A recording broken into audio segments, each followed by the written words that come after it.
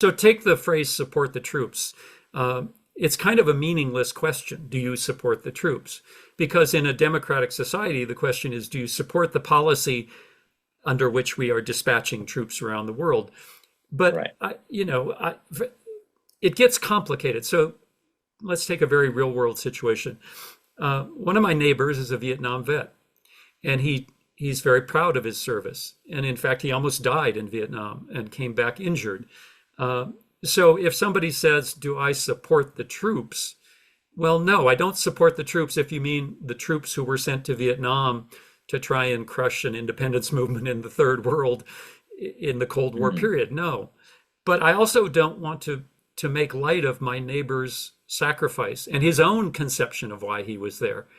And so I think part of the reason these things are so powerful is Mm. I don't want to be a jerk to my neighbor. I don't want to say, well, you fought in an illegitimate war that the United States proposed as the liberation of South Vietnam, which was really an Mm. attempt to, further the reconquest of the third world in a post. You can imagine Yeah. the kind of esoteric argument that Right. wouldn't resonate with my neighbor. So there's a real struggle to be clear about the moral and political implications of some of this jargon and these slogans, and yet still respect people who may have a different opinion.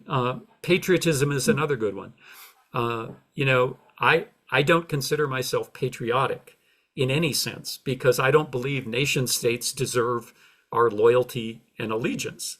I don't love the United States because the United States is a creation that I find very disturbing in a lot of ways. Okay. But of course, one of the things that binds people in a nation state is a love of country. And so the reason these phrases are so powerful is because they're so hard to deconstruct with people who Yeah. you might, I like my neighbor. We get along great. I want to maintain that relationship. Yeah. And so I think the power of those slogans is sometimes is they impede real conversation.